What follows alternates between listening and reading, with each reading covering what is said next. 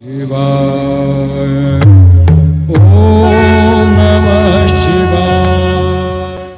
അമ്മമ്മ, കൊട്ടിയൂർ ഉത്സവം നടക്കുകയാണല്ലോ.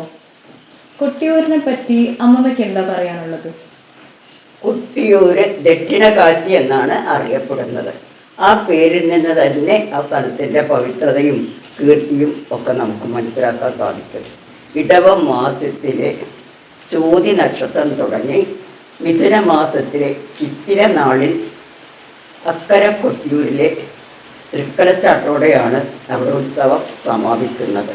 ആ സമയത്തൊക്കെയുള്ള ജനങ്ങളുടെ പ്രവാഹം എല്ലാം തന്നെ ആ സ്ഥലത്തിൻ്റെ പവിത്രത നമുക്ക് മനസ്സിലാക്കി തരും.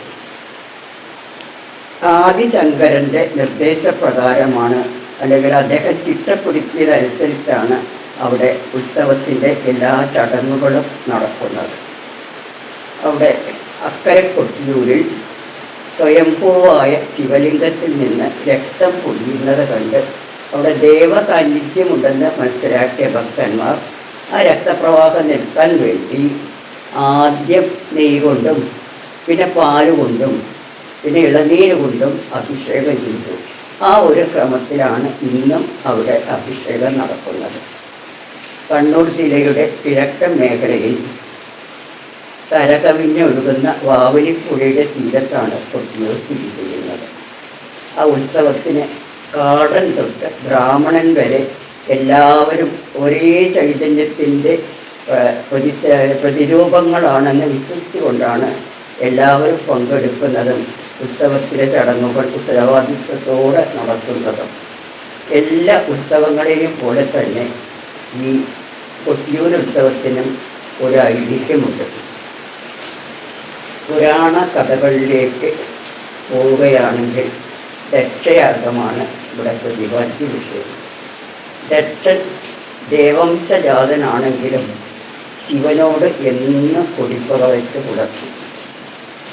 ഒരിക്കൽ പ്രജാപതിമാർ ഒരു യാഗം നടത്തിയതിൽ എല്ലാ പ്രജാപതിമാർക്കും ഒപ്പം ത്രിമൂർത്തികളിൽ ശിവനും സന്നിഹിതനായിരുന്നു. പക്ഷേ മഹദ്വ്യക്തികളുടെ സാന്നിധ്യമുള്ള ആ സഭയിൽ വെച്ച് ശിവൻ എഴുന്നേറ്റ് നിൽക്കുകയോ ദക്ഷനെ ബഹുമാനിക്കുകയോ ചെയ്തില്ല. അതിൽ ദക്ഷൻ വളരെയധികം കുപിതനായിരുന്നു. അതിനൊരു പ്രതികാരമെന്നോണം ഒരു പകരം വീട്ടാനാണ് ദക്ഷൻ ബൃഹസ്പതി വചനം എന്ന ഒരു യാഗം നടത്തിയത്. ആ യാഗത്തിൽ ശിവനും സതീദേവിയും ഒഴികെ ബാക്കി എല്ലാവരെയും ക്ഷണിച്ചിരുന്നു.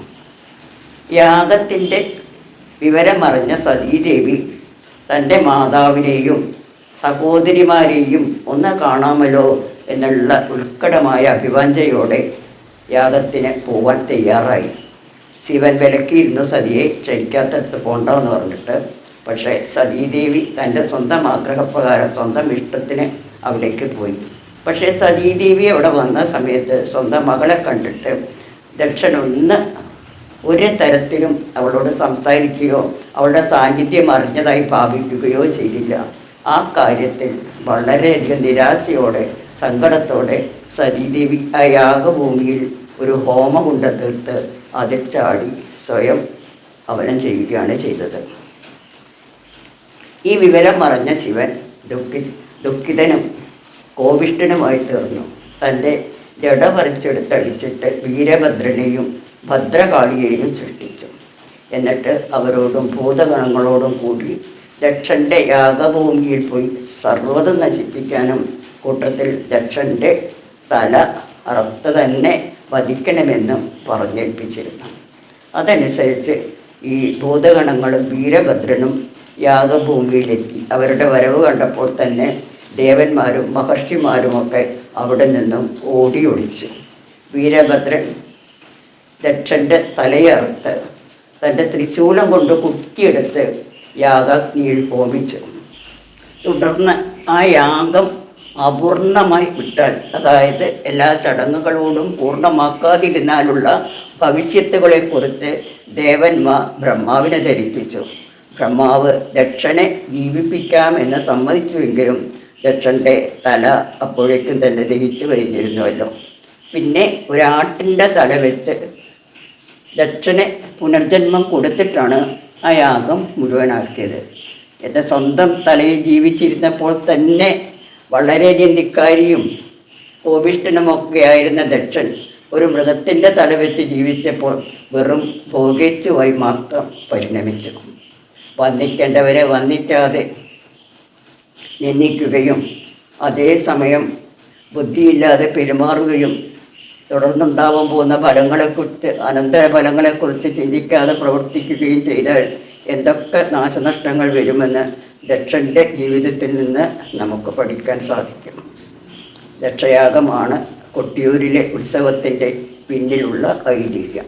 ഇന്നും അവിടെ വർഷം തോറും ഓരോ വർഷം കഴിയുമ്പോഴും അവിടെ ജനങ്ങളുടെ സംഖ്യ, തീർത്ഥാടകരുടെ സംഖ്യ കൂടുന്നതിൽ നിന്ന് ആ ഭൂമിയുടെ പവിത്രത നമുക്ക് മനസ്സിലാക്കാൻ സാധിക്കും.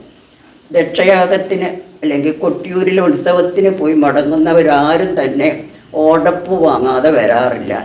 ഈ ഓടപ്പൂവിനെ കുറിച്ചുള്ള വിശ്വാസം ഈ ദക്ഷയാഗം നടക്കുന്ന സമയത്ത് വീരഭദ്രൻ ഭൃഗു മഹർഷിയുടെ താടി പറിച്ചെടുത്ത് നിലത്തേക്ക് വിളിച്ചെറിഞ്ഞു എന്നതാണ്. ആ താടിയാണത്രേ ഈ ഓടപ്പൂ.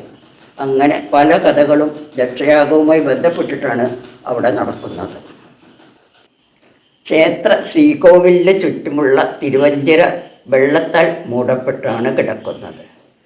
അന്തർജനങ്ങൾക്ക് പ്രവേശനമില്ല എന്നൊരു പ്രത്യേകത ഈ ക്ഷേത്രത്തിനുണ്ട്. പരിസമാപ്തിയില്ലാത്ത ഒരു യാഗമാണ് വൈശാഖോത്സവം.